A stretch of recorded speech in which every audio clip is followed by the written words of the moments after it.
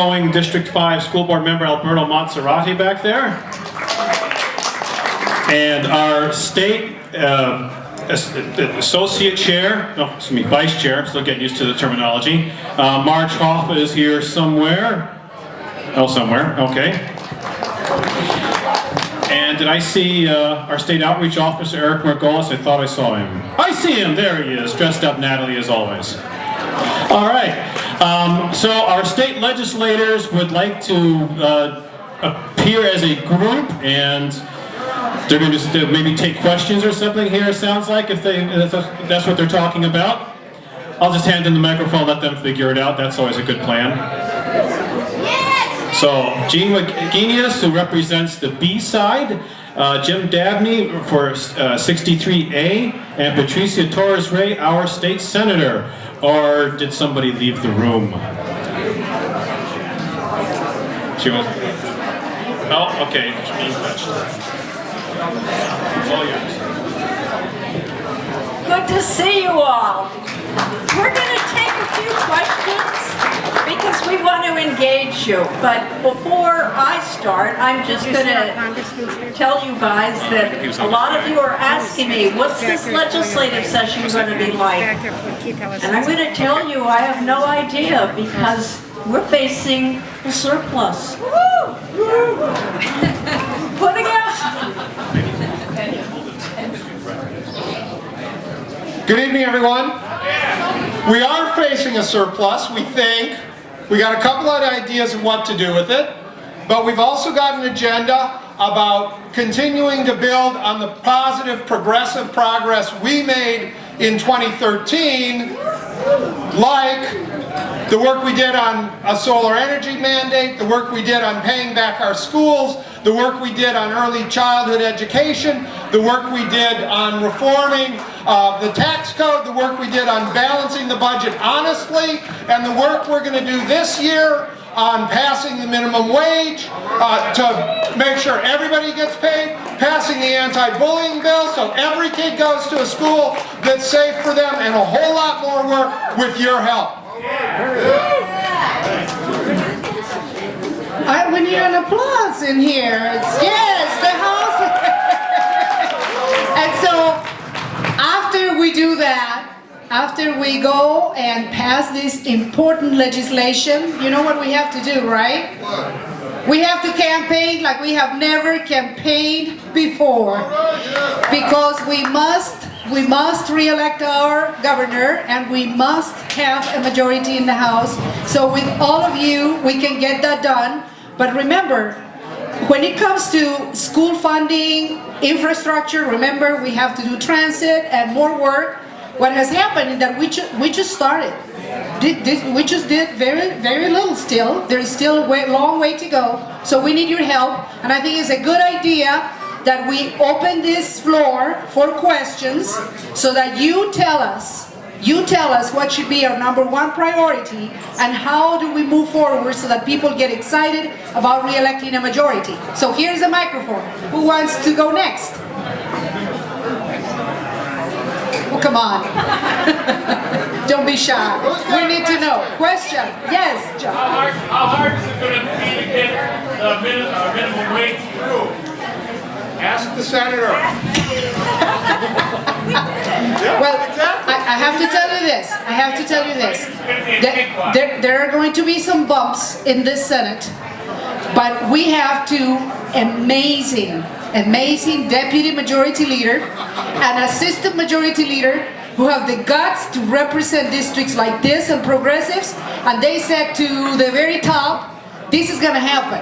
Might be some bumps, there might be some things that we have to fix, but here, there is no fight here, so to the House members, this is going to happen. There is no question. I got another one. All right. Hey guys, is PolyMet going to be going through, or what's going to happen with PolyMet? What's your best guess? Probably a lot of you know that I had a PolyMet hearing this last week, was 5.5 hours, and what we were talking about was the financial assurance part of PolyMet. Can they put enough money on the table to do all of the restoration, but more importantly, the damage deposit if something happens to our waters?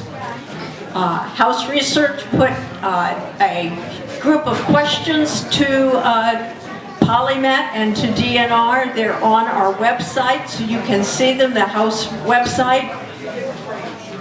They didn't answer all the questions, and a whole bunch more came up. So I can't tell you what's going to happen, but I can tell you it's not going to happen before this election. There are too many questions out there. And I'm glad to talk to any of you in depth about this. A 5.5-hour hearing, I have a lot to say. Other questions? I got another one. Oh, wait, what? We got one. Sorry. That's all right. It's not a policy question. Are you guys excited to go to the heart of the party on February 28th? We're going. I am. What's the question? Repeat the question. Are we, you come up and say it. You want to say it? You don't want to say it. The heart of the party. Are we excited to go? We're going, okay? We'd like to see you all there. Are there other things folks want to bring up? It doesn't have to be a question or just comments. Pardon? Our congressman is here. Yeah, We'll bring him up. We'll bring him up. Yes. All right. What? Jim, what is happening? I know you're the money guy. Don't I wish? Well, I mean, you're involved with taxes now. What's happening?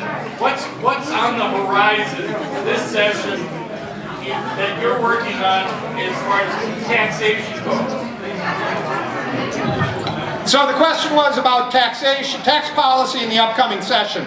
As Gene indicated, the November forecast indicated we'll probably have a budget surplus. First things first is we have to make sure that that money is in the bank before we spend it.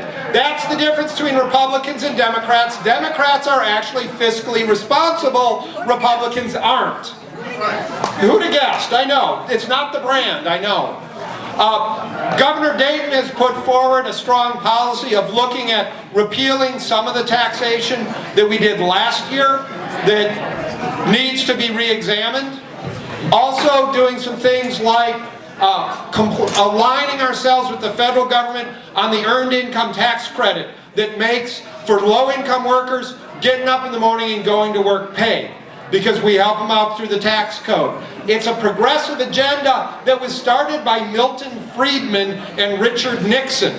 And the Republicans and the conservatives don't recognize it anymore, and it's the sort of work that we have to pick up and do.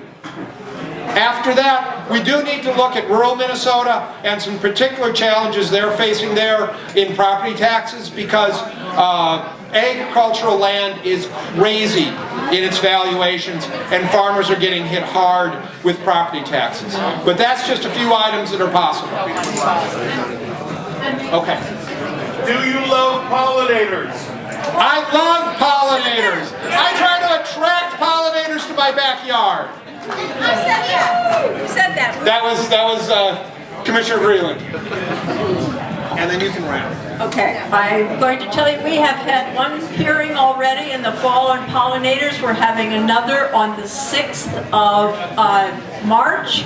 And the Bee's Knees folks from Minneapolis are going to be front and center. They're going to start us off. And their story is strong. And one of the things that I am worried about is the Department of Agriculture has said, well, it's legal what has happened with the bee die-off. And I'm thinking, wait a minute, is it legal? Where is it in statute says it's legal to take somebody's property? It's not there. It's not there. So we're going to have some pretty serious discussions coming up. So with that, we're all going to be out and about, and come and ask us about anything from PolyMet to pollinators to taxes to whatever. Yes, I'm the human hook.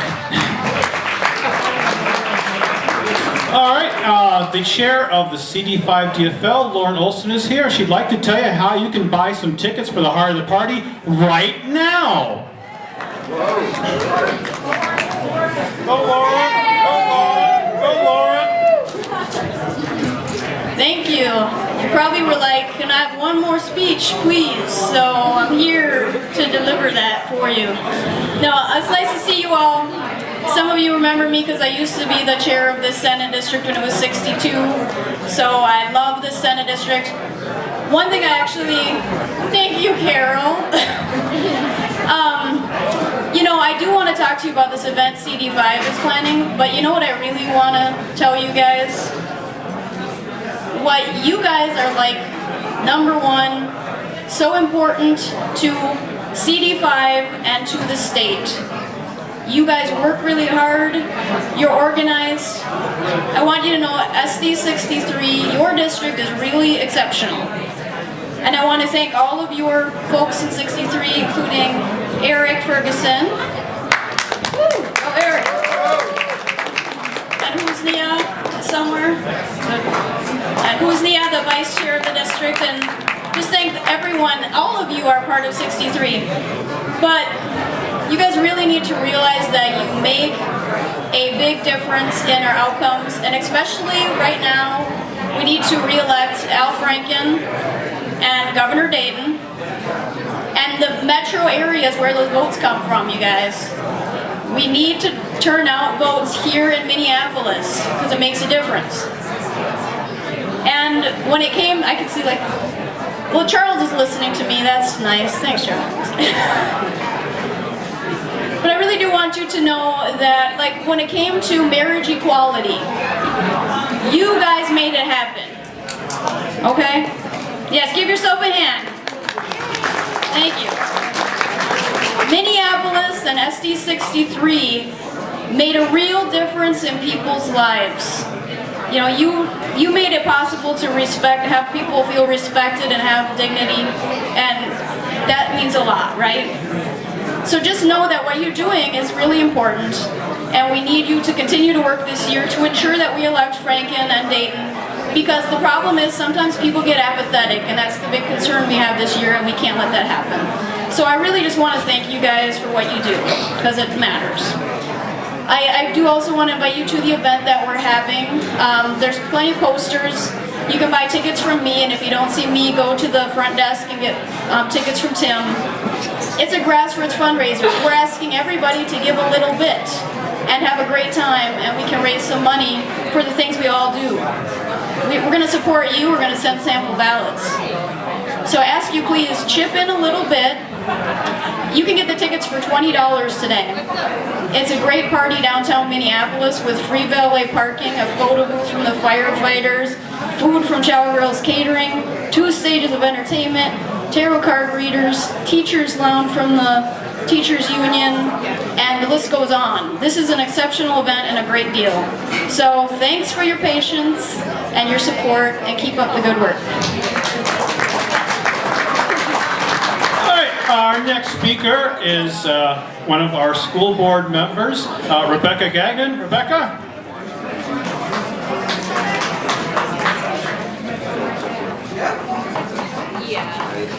Thank you. I love following Lauren. I know you feel the same about speeches. I appreciate that. So I just want to say hi to everybody. And there's a huge school board race this year.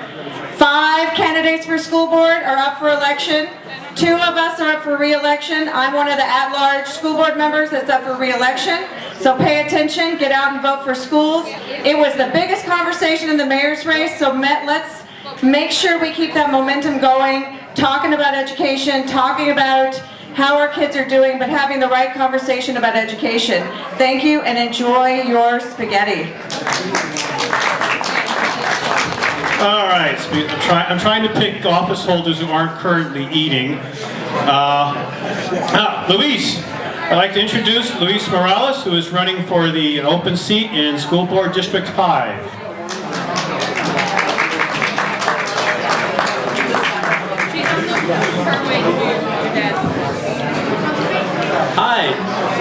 Hi, can you hear me? I'm Luis Morales, and I'm running for School Board District 5. Actually, I live in the Erickson neighborhood. My wife and I moved there about a year ago. We feel incredibly fortunate to have found a great neighborhood to call our home. Thank you so much for your time today. I just want to spend a few moments and just share a little bit about where I'm from, what I want to do. I'm actually originally from Arizona. Today I'm thinking, why am I not in Arizona? But the reason why I came to Minnesota was I was drawn to the education in the state. I went to Carleton College. I had an amazing experience there. Made some amazing friends. After that, I worked for College Possible in Minneapolis at Southwest High School. I worked with a number of very talented, very motivated, low-income students who faced a lot of struggles to go to college. I learned a lot from them about motivation, about drive, about success. When I think of why I'm in Minnesota today, I go back to the idea of education. Without investing in our education, in our system, in our students, we're not going to be in Minnesota very much longer. Professionally, I've worked for the City of St. Paul. I've also worked for the Metropolitan Council in their departments of human rights and equity. I've done equity work my professional life. I'm passionate about that. I'm eager to bring that focus to the school board and to help create as many opportunities for every single one of our Minneapolis students as possible. Thank you so much. All right, and I'd like to acknowledge another office holder, another Minneapolis City Council member is here, Andrew Johnson in the back, and our next speaker is our state auditor, Rebecca Otto. Well, thank you. Who did that? All right. Hey, how are you doing? So I'm Rebecca Otto, the state auditor. You know what? We like to talk and eat, don't we?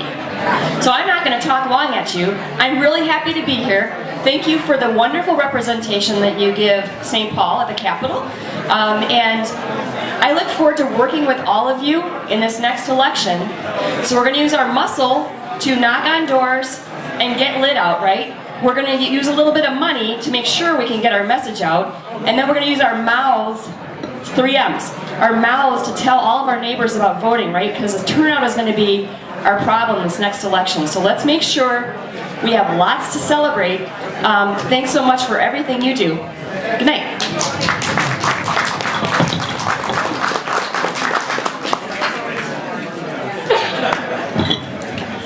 Next, on behalf of Deborah Hillstrom, I would like to introduce Deborah's husband and daughter, Joel and Stephanie Hillstrom.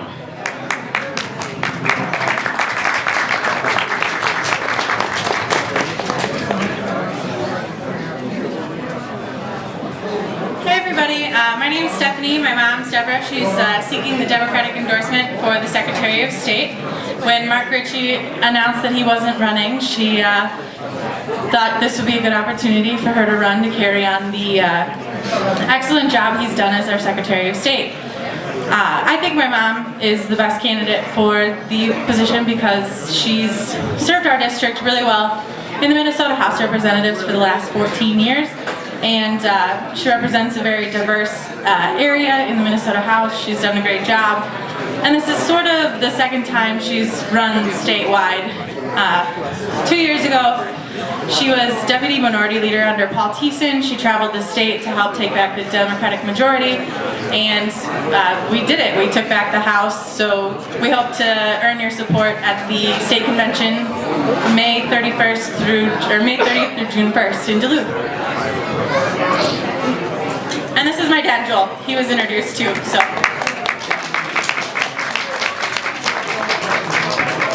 Thank you very much, and on behalf of my wife, I regret that she is not able to make it, but she does send us quite often, and we enjoy speaking on her behalf, and we just want to thank you very much for this event, and hope you all get elected the state delegates and come out in May. Thanks.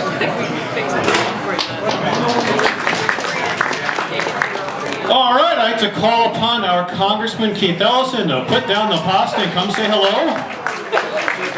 Always finishing off the plate there.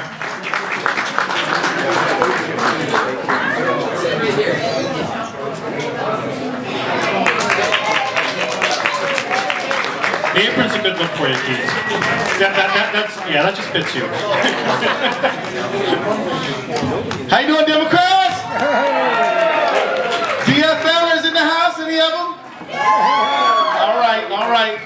Well, let me tell you, it's winter now, and it's cold, but we're out here fighting because we know it's going to be spring and it's going to be summer, and it won't be long before it is election time once again. And let me tell you, the top of our ticket, they won in a recount. Next time we're going to win in a blowout. Yeah. And it's going to start right here, right now. Now I'm going to tell you, we got a good group here tonight. Give yourselves a hand for that.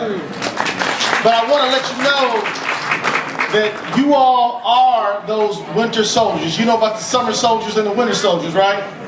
You are the ones who come out when it's not easy to come out, fighting through the snow to come together because you believe that our country, our state, our city still can be better. Still has room to improve. Still uncharted territory to bring us into. Because we still are trying to make sure liberty and justice for all is reality for everybody. Now, I just want to tell you that it's true that in Washington we are in a battle. We're dealing with people who shut down the government for 16 days. We're dealing with people who let unemployment insurance run out for 1.6 million people in December. And every week we add 72,000 people, and we're up to 2 million people who are cut off unemployment right now. You may well have neighbors, loved ones, friends, family who got no unemployment insurance and are dealing with some very serious economic hardship. You may also be dealing with some loved ones who were on food stamps, who had a reduction back in last November and who just got another cut. But I'm telling you, even though we're up against some challenges, it is not the challenges that define us. It is our will, it is our faith and our commitment to make sure that this nation is liberty and justice for all. That's what really defines us. So I just want to tell you that the fight for this election, this November, is such an important election, so key. That's why my campaign, yes, I'm going to be on the ballot. And yeah, it's true, we won with 75% of the vote last time, thanks to you. It's also true that we got 262,000 votes out of the 5th Congressional District. Now, just to give you some scale, only 6 members of Congress got more votes than I did in the last election. Only 6 got more votes than the 5th Congressional District of Minnesota. And one of them is this little guy named Mark Pocan in Madison, Wisconsin. And we're not going to put up with that crap, are we? No, Mark is my friend, but we got a little rivalry going on. My point is that we have got to, we have really got to turn out the vote, because last time we increased the voter turnout and we absolutely had to. Why? Because they put on an anti-marriage and an anti-voting rights measure on the ballot to try to put that into our Constitution. So we had no choice but to turn out the vote, because we know this is the richest concentration of DFLers in the state of Minnesota, and if we don't turn out, we end up getting our rights rolled back. So you guys showed up and you turned out and we won. And not only did we defeat those ugly amendments, we put a team in St. Paul that meant that we could, hold tuition hold tuition down for all the students out there, which meant that their student debt didn't go up as much as it would have, and a whole lot of other great things. Now, there's some other things that we need our state legislature to do, like raise the minimum wage, for example. We got to raise that minimum wage. I want to tell you that the Republicans in Congress are thinking that they don't want to raise the minimum wage, but they got another thing coming, because we're going to fight for it just like we're about to get it. And I'm going to tell you, we had a good sign last weekend. Do I have time to tell you about it? Yes. I just want to take a moment to tell you about it. So back last year, this time, we knew we had these uncooperative Republicans in the Congress. But we knew also that there are about 2 million people working for federal contractors all over America, not just in Washington, all over America, about 2 million people working for federal contractors. And that meant that if we could ask the president for an executive order that if you want to contract with the federal government, you have to pay a livable wage. So look, this is what we decided last year this time. And we went and we wrote letters. We got 15 senators to write a letter. We got 50 members of the House. And more importantly, the workers, those low-wage workers making $7.25 on the line, we stood with them, we marched with them, and we fought with them. And they would be out on the line in places like Minneapolis, places like Washington, Chicago. We knew his heart was in the right place, but the problem was his signature was not in the right place on that executive order. But on Wednesday, he put his signature in the right place, signed that executive order, and as soon as these contracts flip back over, you're going to see about 300,000 people get a raise to $10.10 an hour. $10.10 an hour. Now, I'm about to start a fight with some friends because I think we should be thinking a little bit higher than $9.50. Look, if the federal government's talking $10.10, we got to be talking at least $10.50 here in the most liberal state of America. Now, I'm just starting some mess, and I know I'm doing that, so forgive me, but I'm just saying. Anybody with me in this fight? So we know things get negotiated. If you start too low, you end up too low. Let me just say this. This country must have a reliable path to economic security for everybody. Not a guaranteed path, but not a 1 in a million path either to economic security. Not a guarantee. We work hard, we believe in that. But there's got to be a reliable path. And for too many people, we're not talking about American dream, we're talking about American stagnation. You and I have individual personal responsibility to make sure that path is there for everybody. That is exactly what we are fighting for. That is exactly what we're fighting about. And we got an election to win. So buckle up your sneakers and let's go do it, everybody. All right.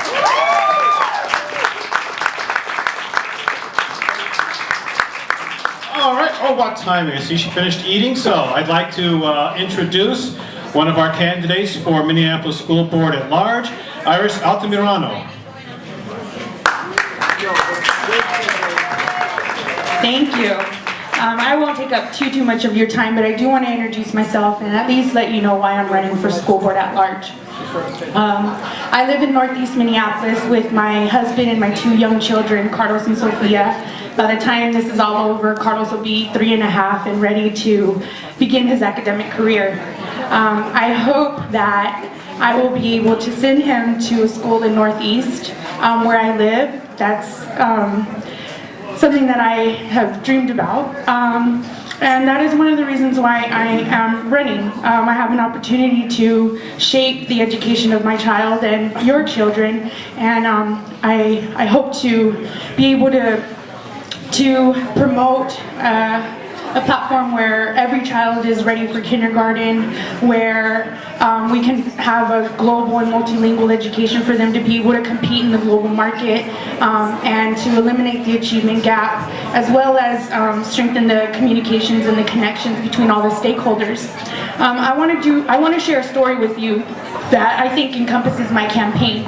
I'm the proud daughter of a janitor. She was the cleaner at my high school.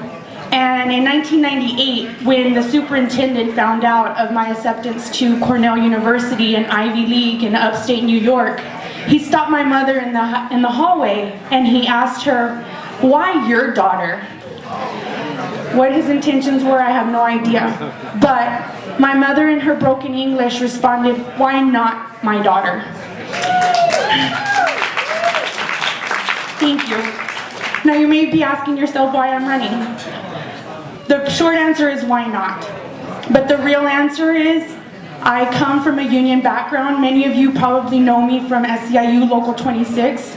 I went full circle there. My mom was a janitor and I felt that that was the place for me.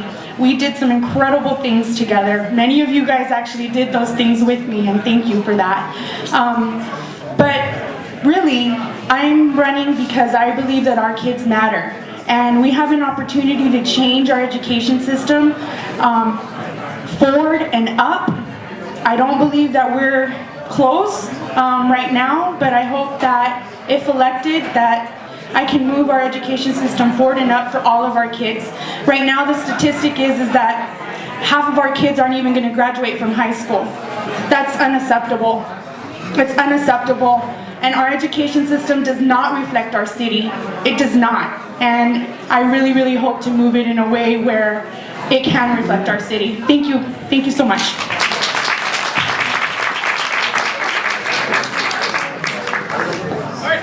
Just want to acknowledge we have another member of the Minneapolis City Council here, Andrew Johnson from Ward 12.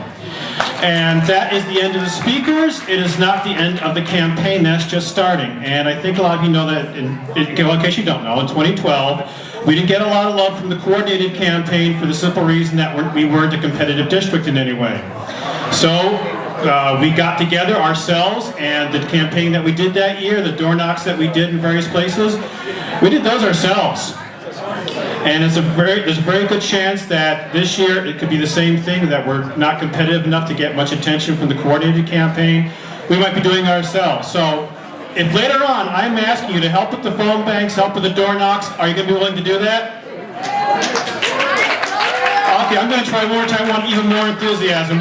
When it comes campaign time, when you see that little email notice from me saying we need volunteers, will you be volunteering? All right, that makes me happy. No